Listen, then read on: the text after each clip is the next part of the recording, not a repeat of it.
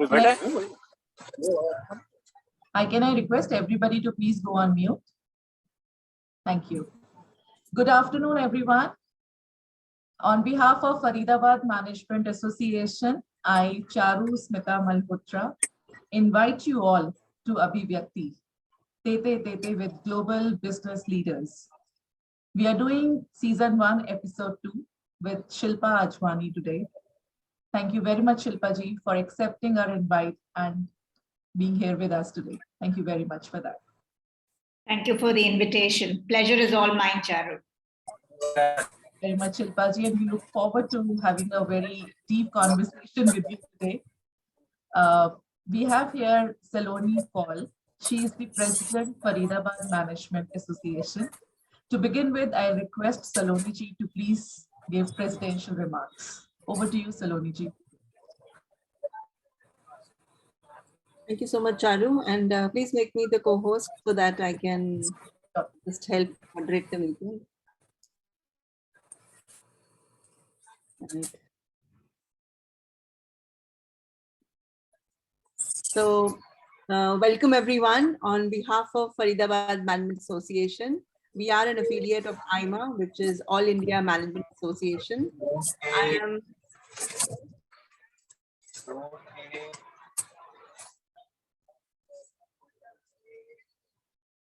can you mute, Charu, can you mute everyone? That please.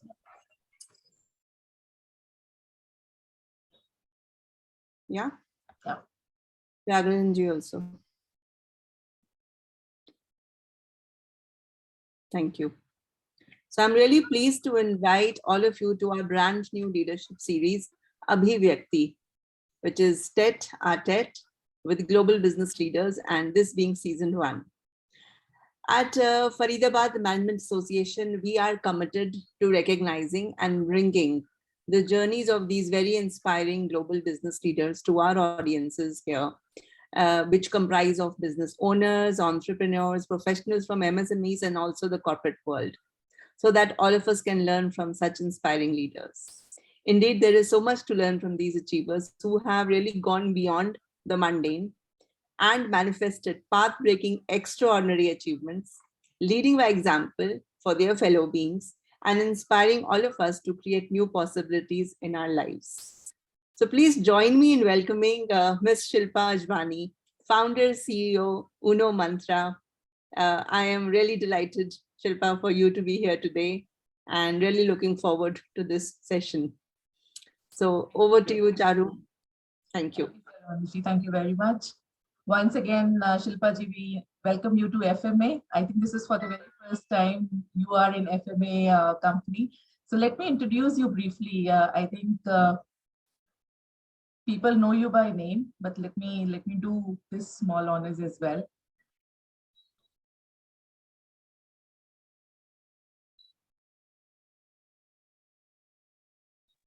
Just allow me a minute.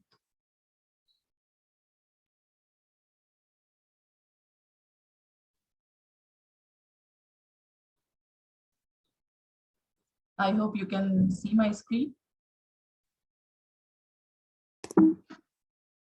Yeah. Can you all see my screen? Could you please confirm? Saloni ji? Yes.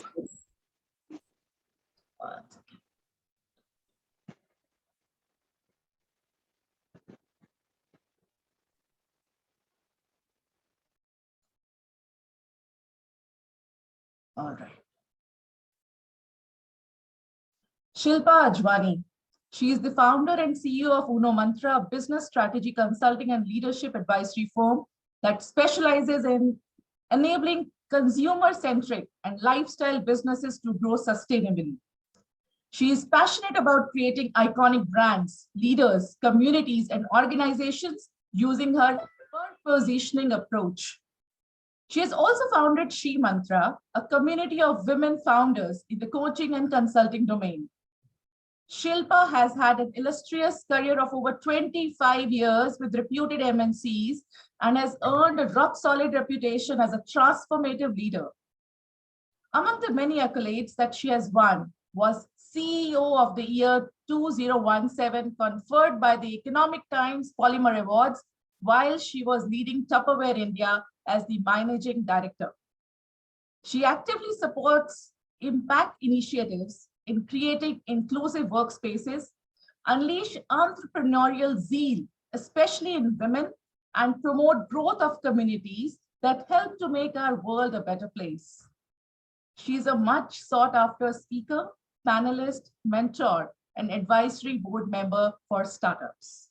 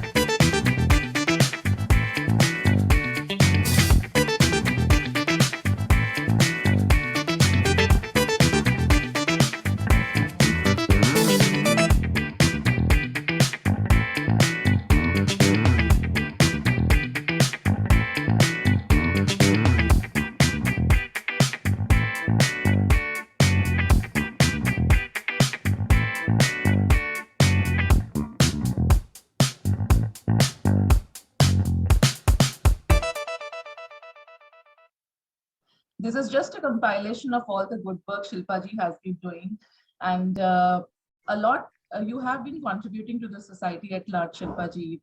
I was looking at your LinkedIn profile, and there was no end to the contributions that you have made in previous years. It was quite inspiring personally for me, and it triggered me. I really wanted to create this video, and we just collected all the pictures that were available on the net and created this short video. I hope you liked it.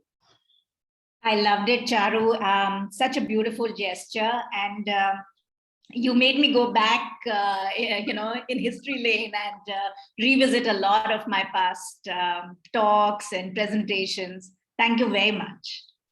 Thank you, Shilpa ji. Pleasure was all mine, as I always say.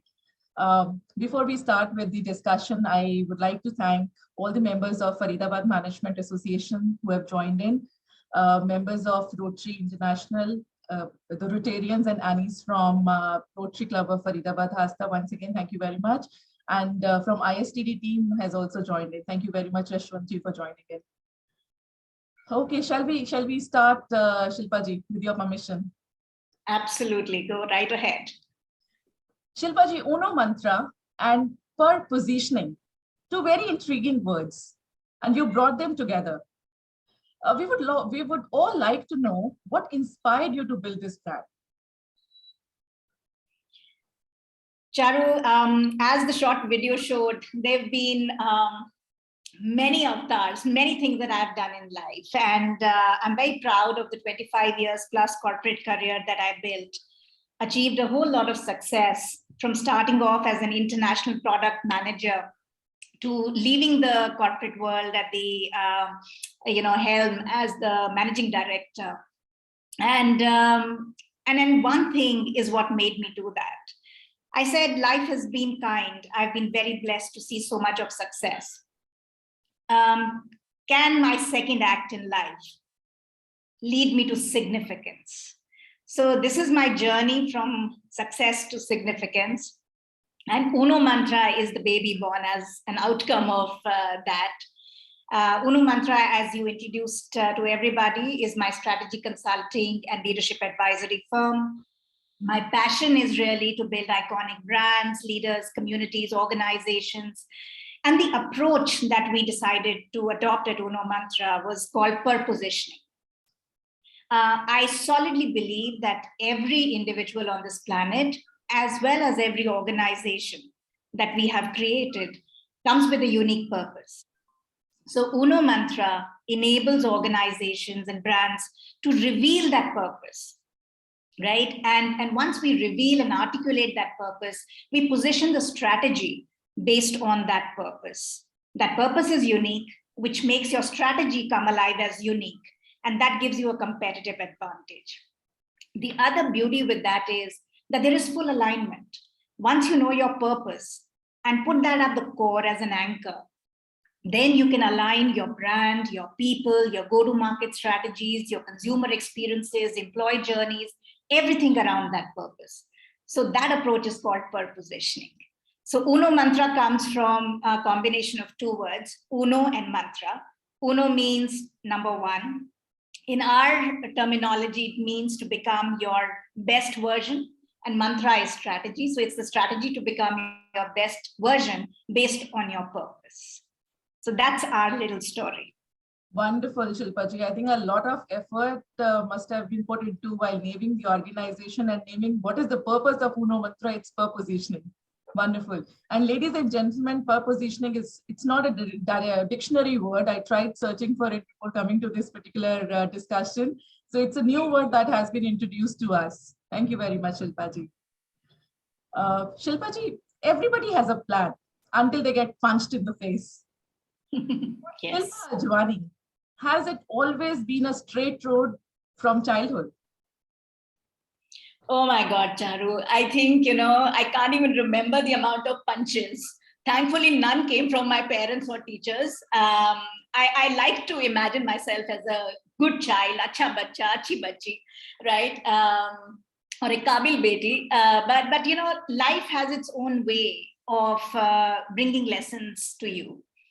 And as much as we like the idea of traveling on a straight road, I think the best lessons are learned when the road has speed bumps, it has sudden curves, and though you might feel that they are putting you off your journey, off your path, but actually they are leading you inside of you, and that's where the power really lies. And that's something that I discovered, and pretty much early on. If you allow me, I'd like to just share a little story, right?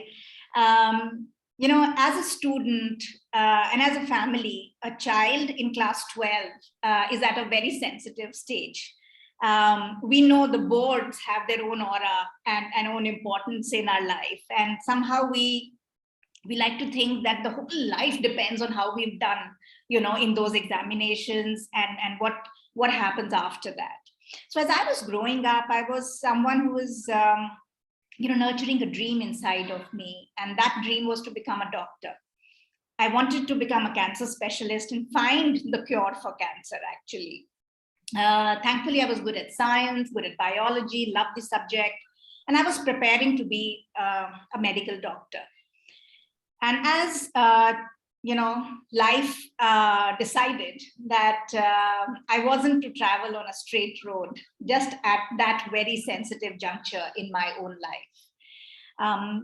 Close to my board exams for class 12, my father, who was all of 49 years old at that point in time, someone who's an amazing professional, used to working 18-hour days, very passionate about everything that he did, suddenly was taken to the hospital one afternoon.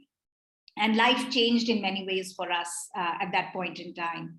And we discovered that he actually has blocked arteries and he will need to go in for a bypass surgery just very, very soon.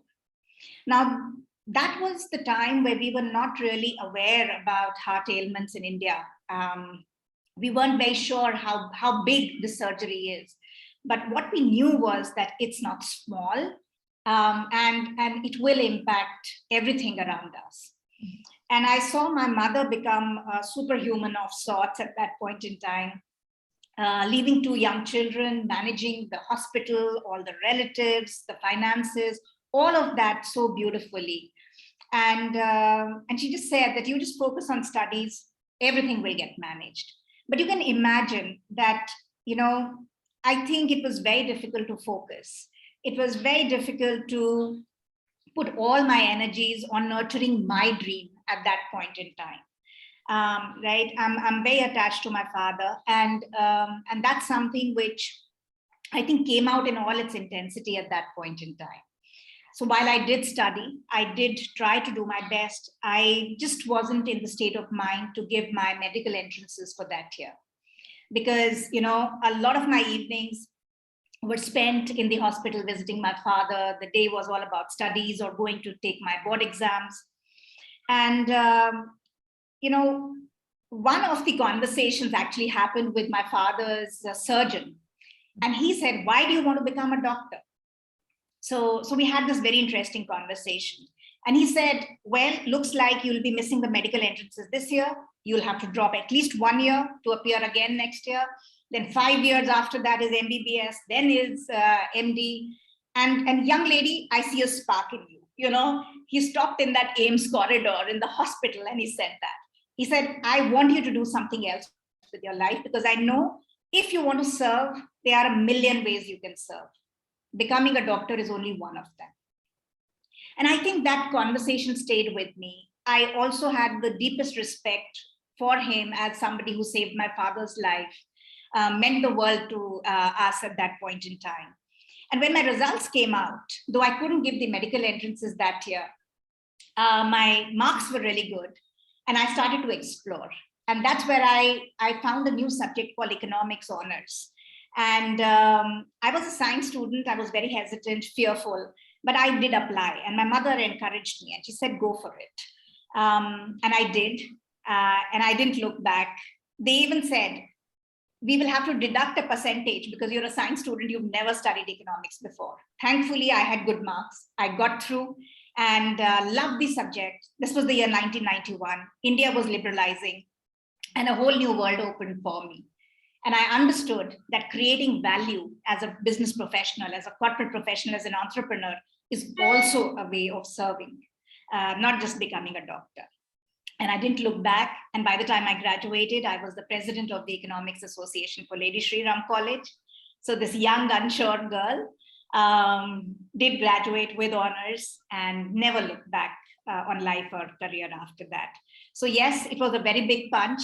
It certainly wasn't a straight road, but I found another beautiful path. And that's why I'm perhaps talking to you today.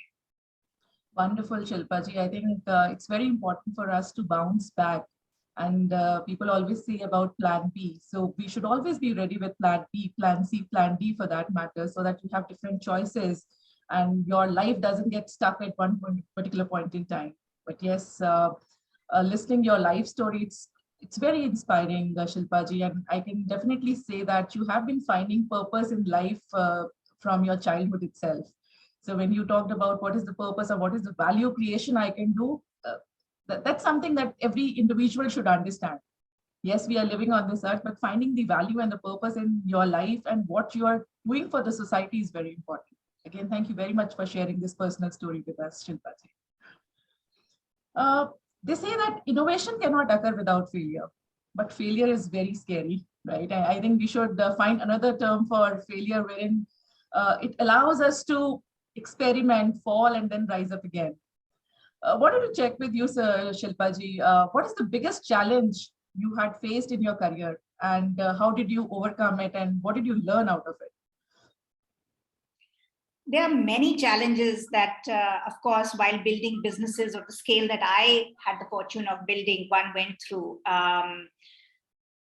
But I think I would like to share today a personal challenge. And I know there are so many women, especially on this call with us, and perhaps as an audience too.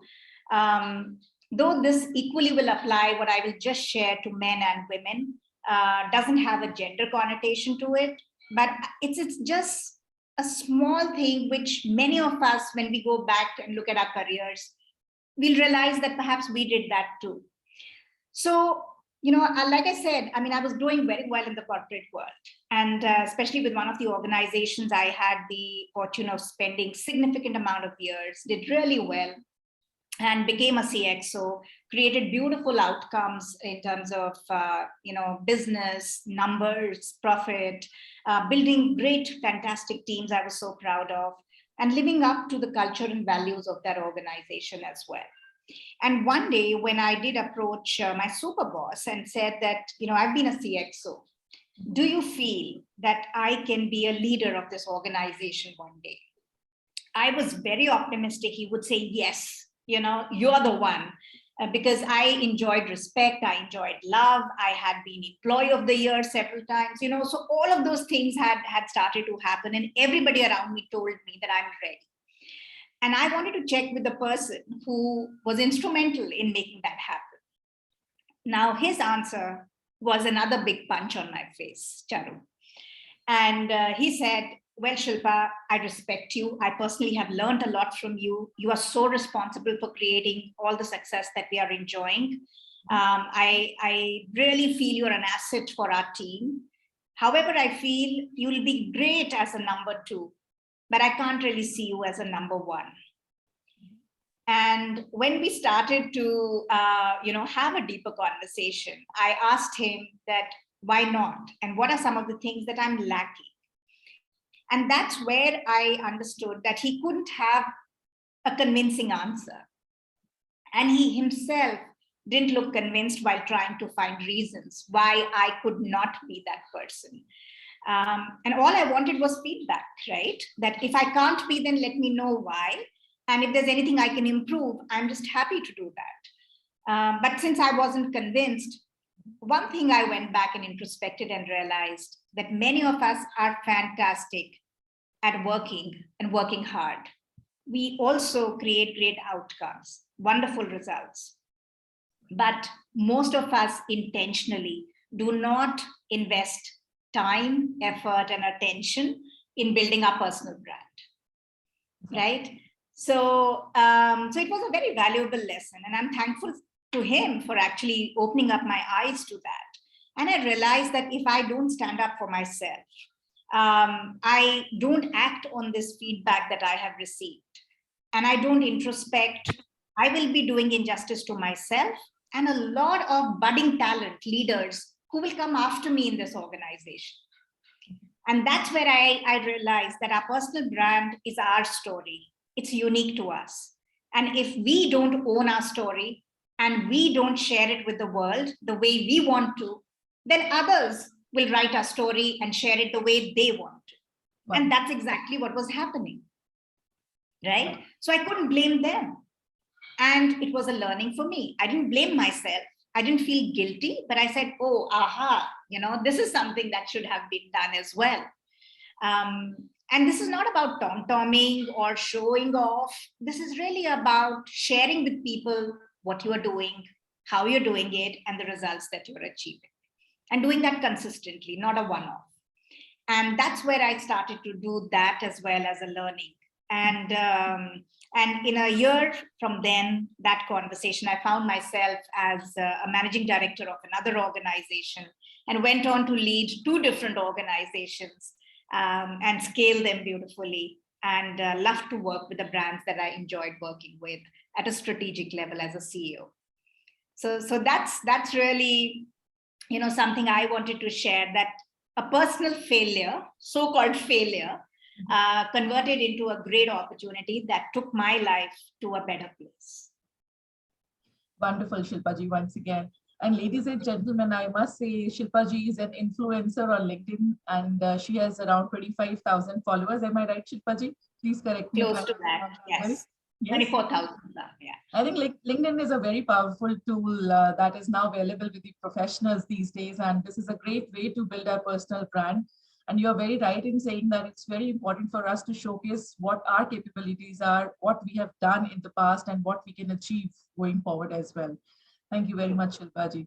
I can't thank you enough. So in between, I am acknowledging all the learnings that you are sharing with us. And ladies and gentlemen, we'll open the stage for question and answer in under 5 to 10 minutes. Will that be okay, Saloni ji? Yeah, okay. You talked about women in professions, right? Professional women, and the issue that they face day in and day out. And it's true with everybody who's there in this call, they have faced this challenge. We have been hearing about women empowerment. We have been talking about the importance of women in the leadership roles, right? However, there is one problem that can often be controlled individually, and that is about self-limiting beliefs. So what in your, what do you think, Shilpa ji? How big is this issue in Indian landscape, and how can we overcome this? Does it have impact on our professional as well as personal lives? Charu, this is one of my favorite topics. I'm so glad you asked this question, because in all my work, professionally, personally, with women, around women, for women, as well as in general, building businesses in the corporate world, outside of it as an entrepreneur now, part of all the entrepreneurial communities too, I do see self-limiting beliefs as a big deterrent in creating the life that we are capable of creating for ourselves. Self-limiting beliefs, what are they? Firstly, they are a state of mind. They are a judgment we pass on ourselves without proof, mostly.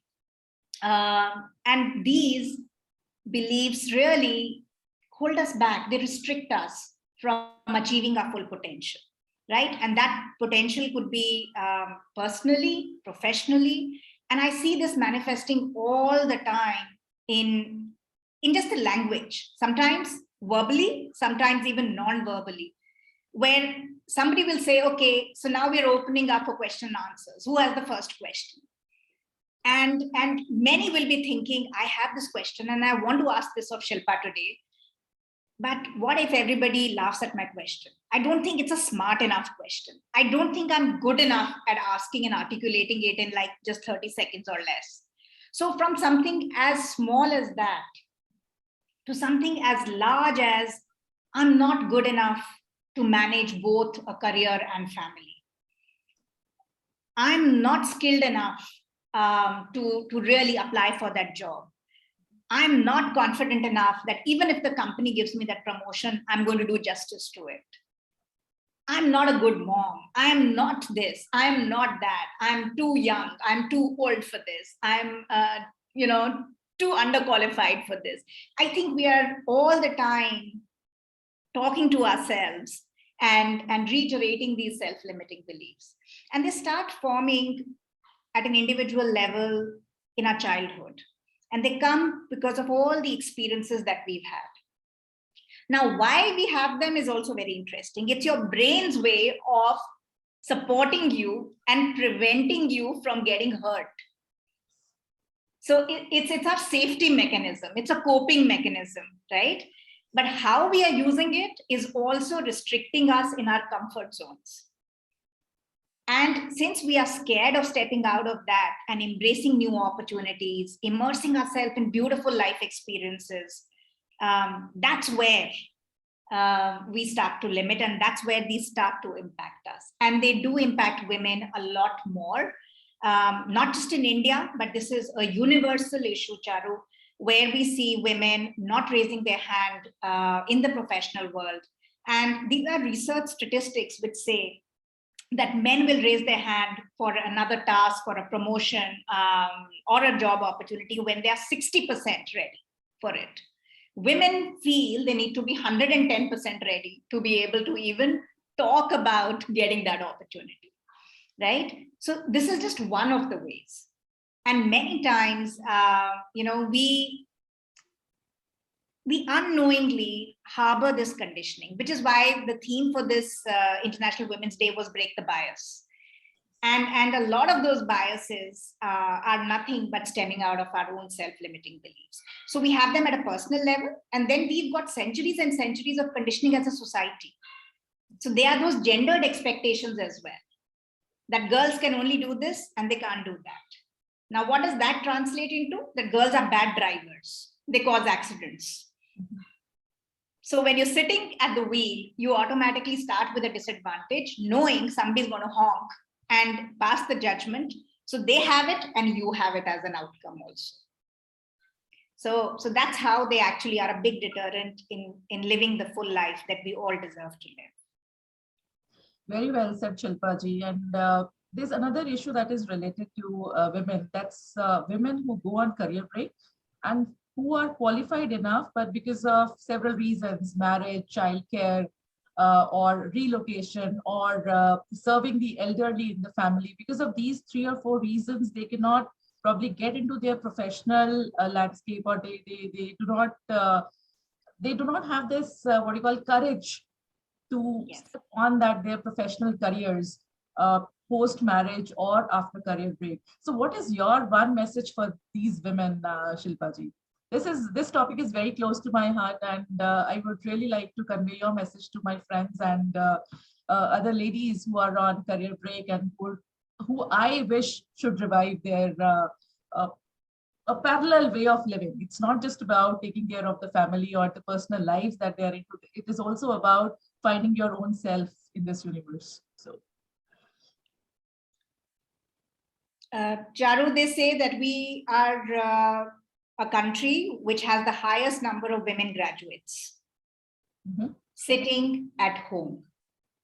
Okay, so highest number of women graduates compared to any other country on this planet live in India, and yet they are not harnessing their qualifications, their talent, their skill for various reasons.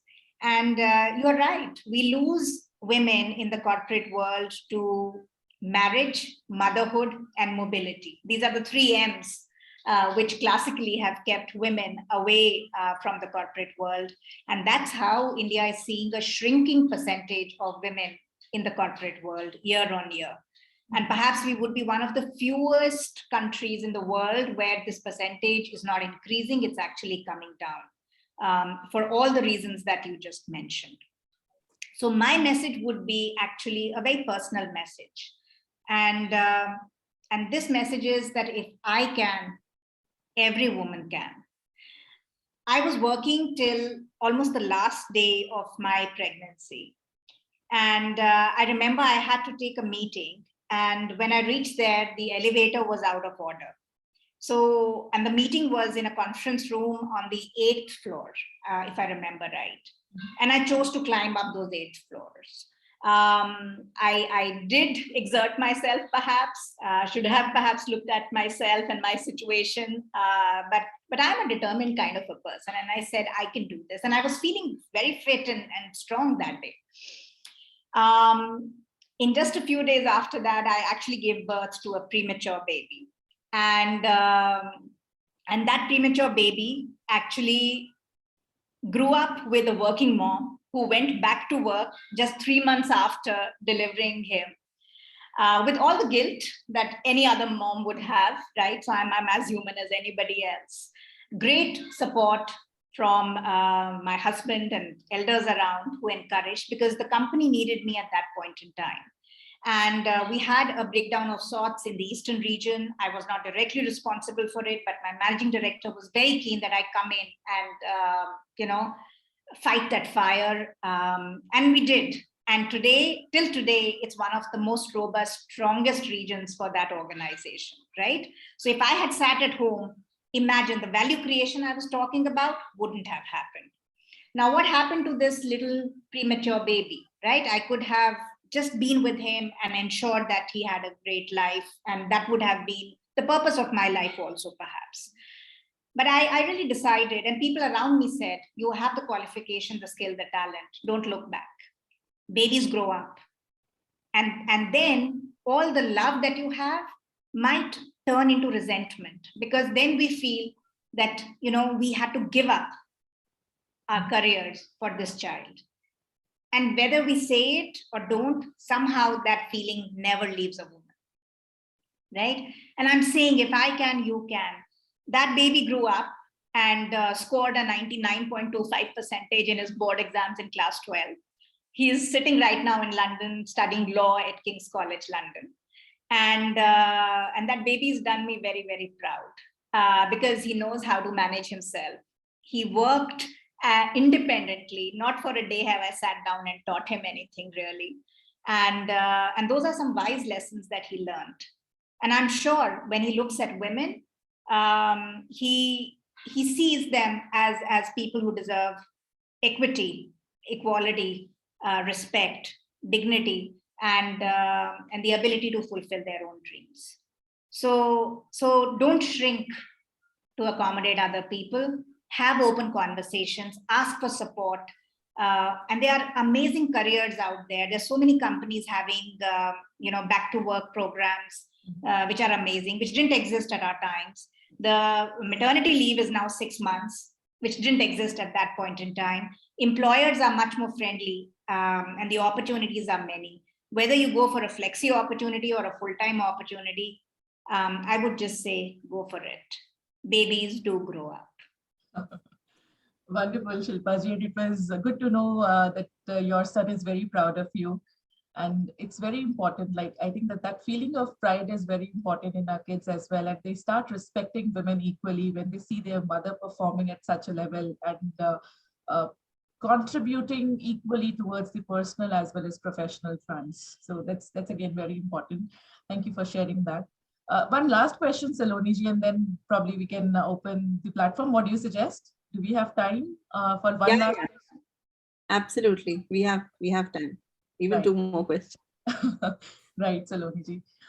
You are a very successful businesswoman, Shilpa ji. We have got entrepreneurs here, people who are leading their organizations. We have people who would like to start their enterprise shortly, or they are doing the business on the digital platform right now, but would like to go physical as well.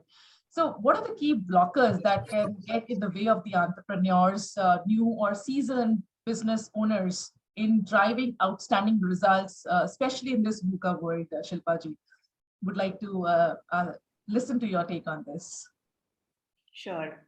So Charu, even as we speak, I think the extent of VUCA is unprecedented now. Yeah, the volatility, uncertainty, complexity, ambiguity that the world is facing, you name it. Today we have a political challenge. We have an economic challenge.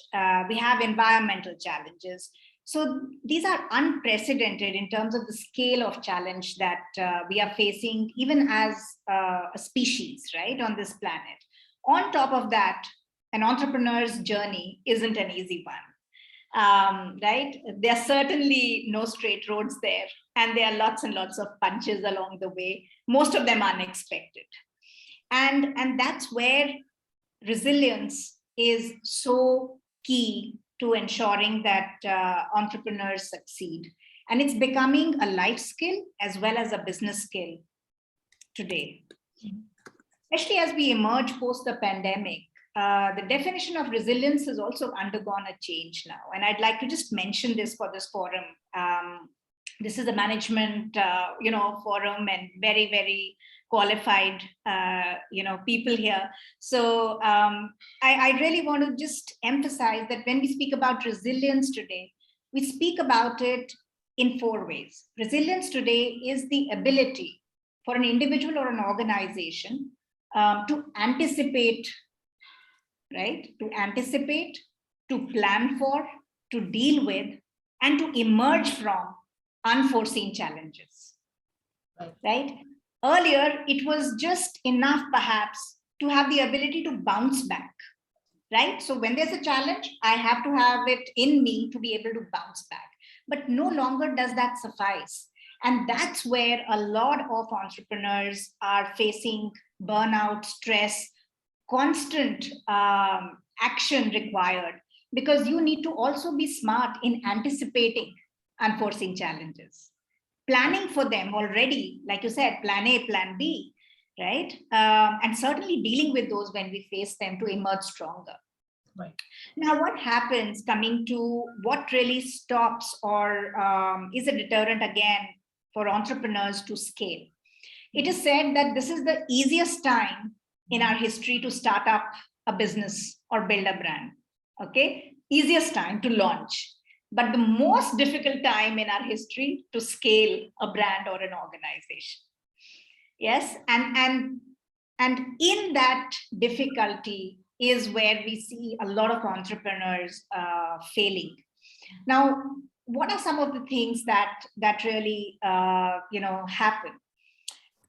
A lot of them think constantly about scaling their business, but they don't think enough about scaling themselves. So I am a leadership advisor to CEOs, to founders, to many entrepreneurs, men and women. And one of the things that we have rich conversations around is the need to scale yourself.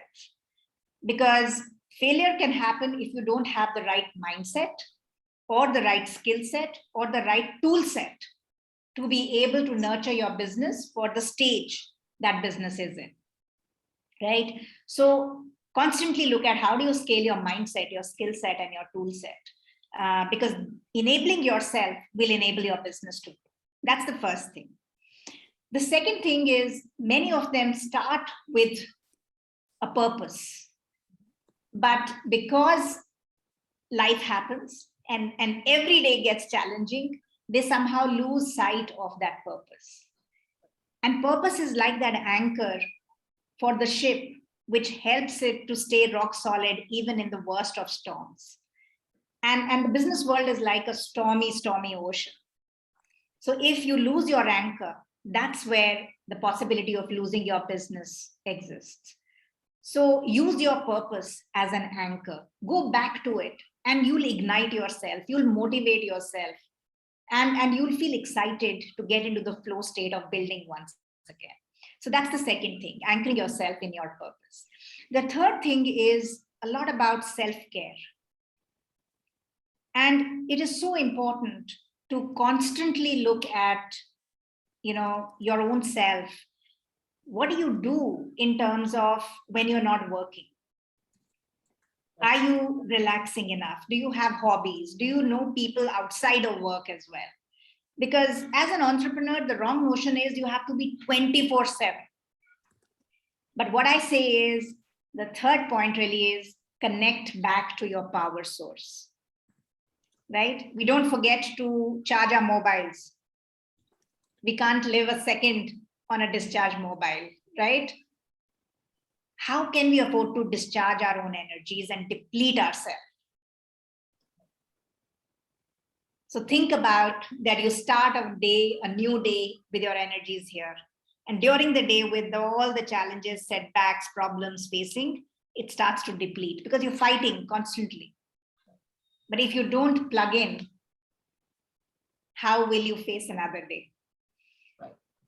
Right? So that's the third thing. And the last, but not the least, is one of my favorite pieces of advice. It's to surround yourself with 4 C's, 4 kinds of people. 1, a coach. Even the best player in the world has a coach, right? Why not as an entrepreneur? So someone who can be a coach. Second C is a challenger. Someone who doesn't agree with you on everything. Haan mein haan nahi milate, but they will challenge you for everything that you will say, because that will bring out the best in you. It could be a family member, it could be an ex-colleague, it could be someone who's like a mentor to you, but look for that challenger as well. Thirdly, to balance that challenger, you need someone who champions you, right? So you need that champion as well for yourself too. And what could be the 4th C? A champion or a cheerleader? Yes, Chitra, that's a beautiful answer. What could be the 4th C?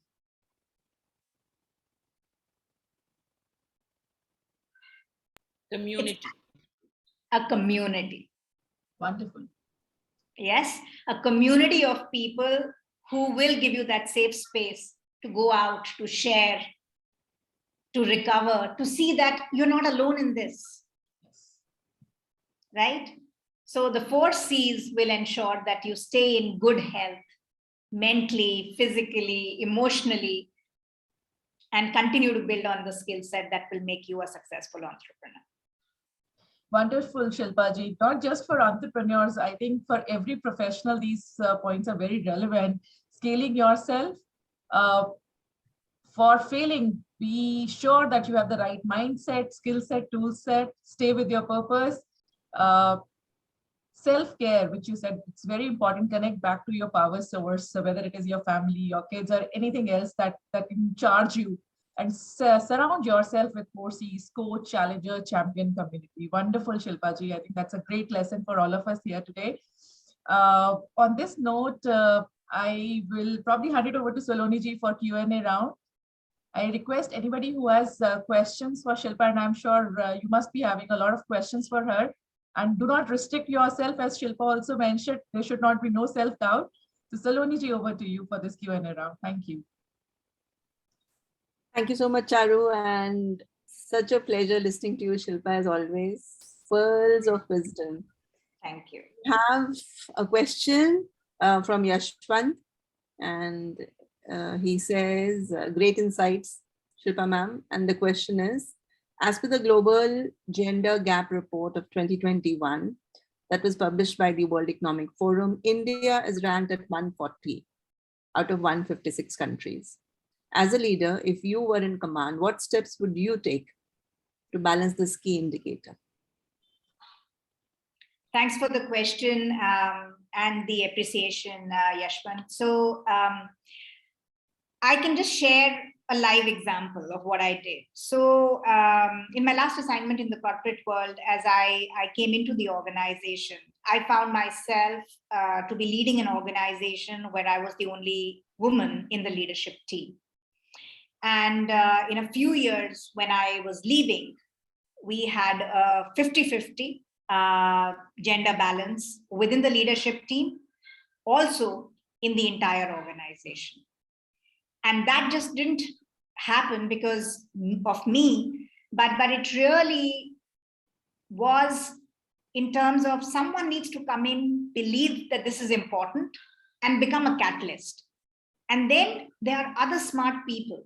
Every one of us wants to stay in a world of equity, right? That's why we speak so much about diversity. Yes, equity, inclusion, belongingness. We all want to belong. We all want to feel respected. And that's just the environment we started to create.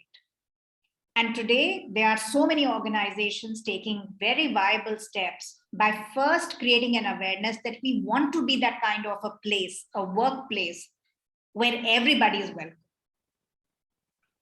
right? And talent matters, gender doesn't.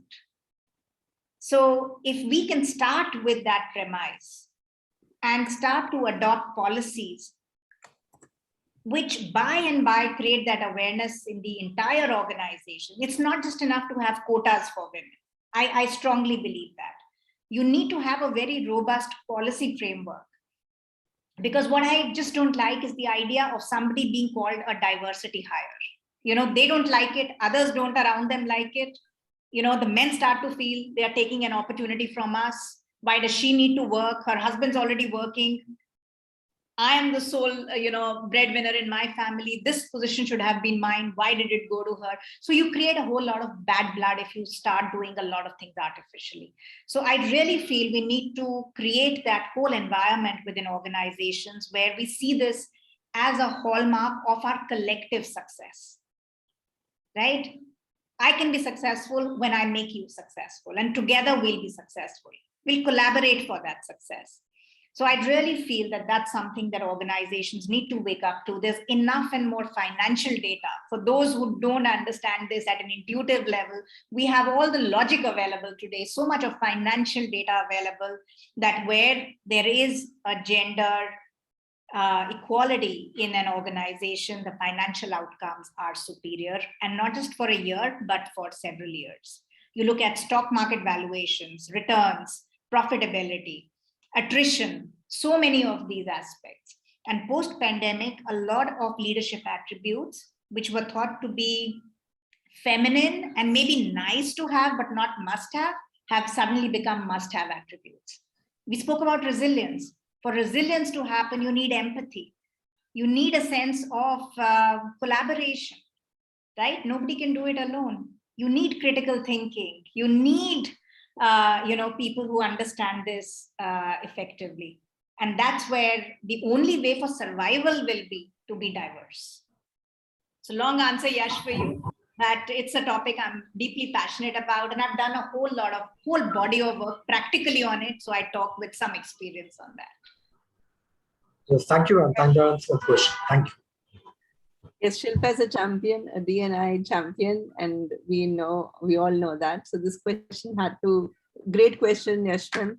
Question, thank you. Yes, and thank you so much, Shilpa. It's we all know how diversity plays and impacts not just business outcomes in terms of numbers, but also innovation, and how actually having this widespread and having key people, and not just from one gender, but looking at everybody and respecting everyone, and having opportunities that anyone can apply for. Having that kind of a culture does take time, And I think it flows from the top. And as any culture should and would, it's the leader who then creates more leaders who think and who do what makes the very best of decision when it comes to not just the organizational profits, but also its people. So lovely answer there. And do we have any other questions?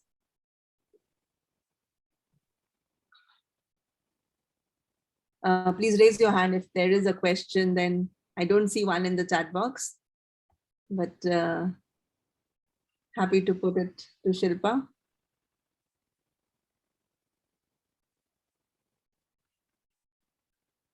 I do not see any question yet or any raised hand. So your last quote on talent matters and gender doesn't. Is there any story around that, Shilpa, that you'd like to share with us? Any personal experience as a leader that you came across? Because I believe that the more stories we talk, the more stories we share, the more ideas we're able to give people, so that they could also do similarly with their own businesses and organizations. True, true. So there are like hundreds of stories, and I have, I think, lived them. But let me take one, not from the hardcore professional space, but this is a real story from my Tupperware days. And this belongs to, the hero of this story is a lady who seemingly in the eyes of the world was an illiterate woman from a very small town in Gujarat. And she was married very young, got widowed very young, had 3 young children to look after. So no education. The husband's family sort of said, we don't have a place for you and your children. You are a burden on us. She had never worked, had no way to find any occupation for herself. Her own family could not take her in as well because of social stigma, right? So she was left homeless with 3 children, no husband, no social security, and no way to earn money for herself and her young children. And she came across, this beautiful flexi opportunity where they said, we'll not judge you for the lack of education. We'll not judge you from where you come from. We'll not judge you that you are somebody your own family didn't accept.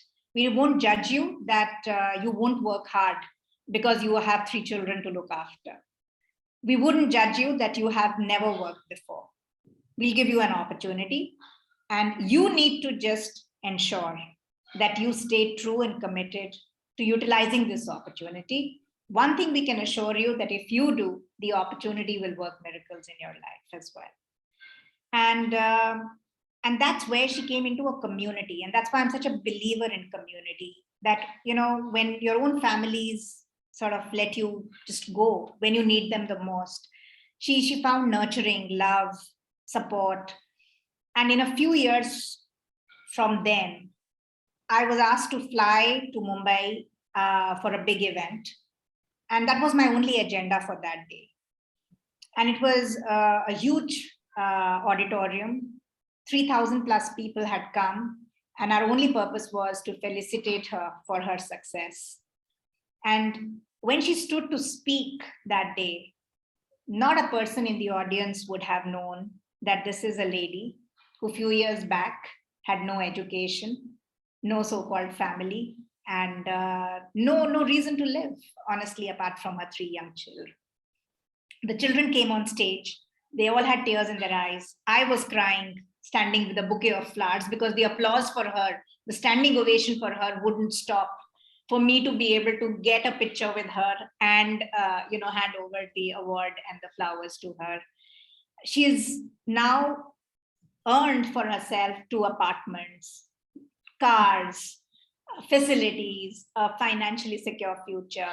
The children are all well placed, and they have only one woman to thank for, and that's their mother, the so-called illiterate, not so talented lady. So And that's where, it's a firm belief that when you get opportunities and you get people who believe in you and they give you that opportunity and the support that needs to come with it,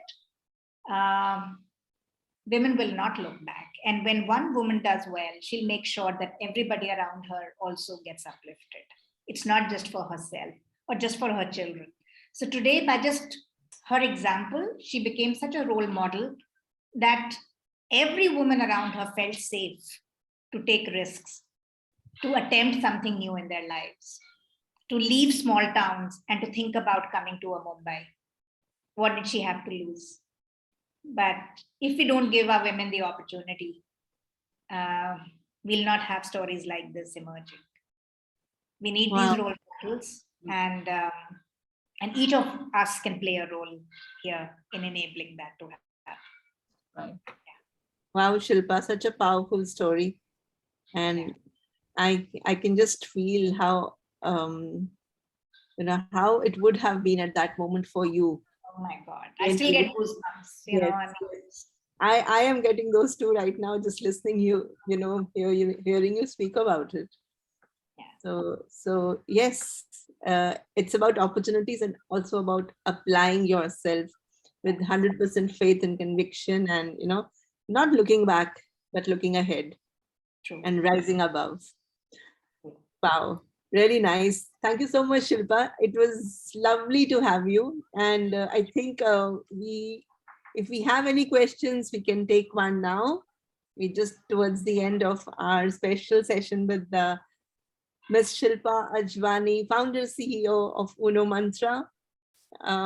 Okay, so Charu, I hand this back over to you. Right. For a vote of thanks. Thank you. Veer, are you around? Veer, could you please unmute yourself?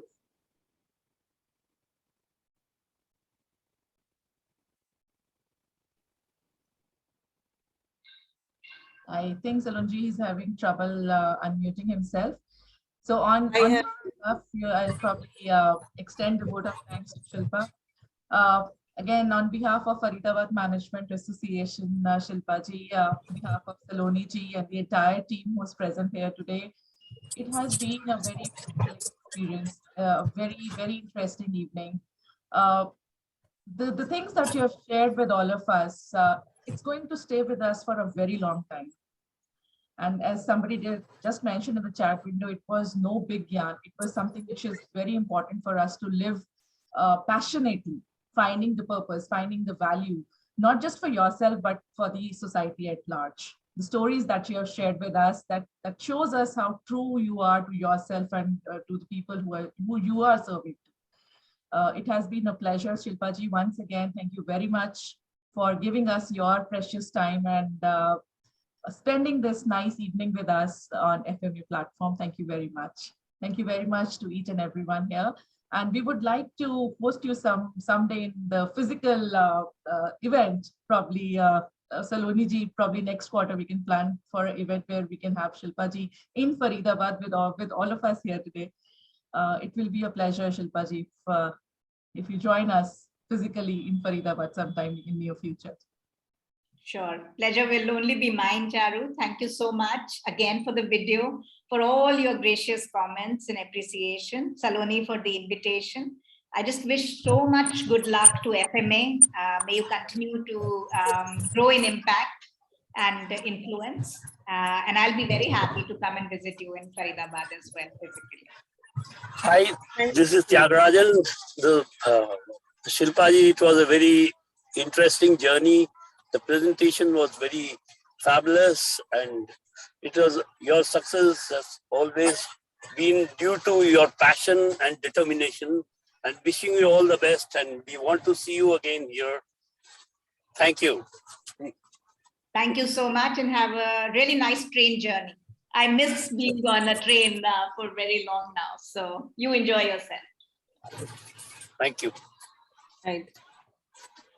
So thank you everyone for joining us today on this very special session, and we look forward to bringing to you many more inspiring and ambitious leaders. And so till the next time, take care and stay blessed. Bye. Take care. Thank you.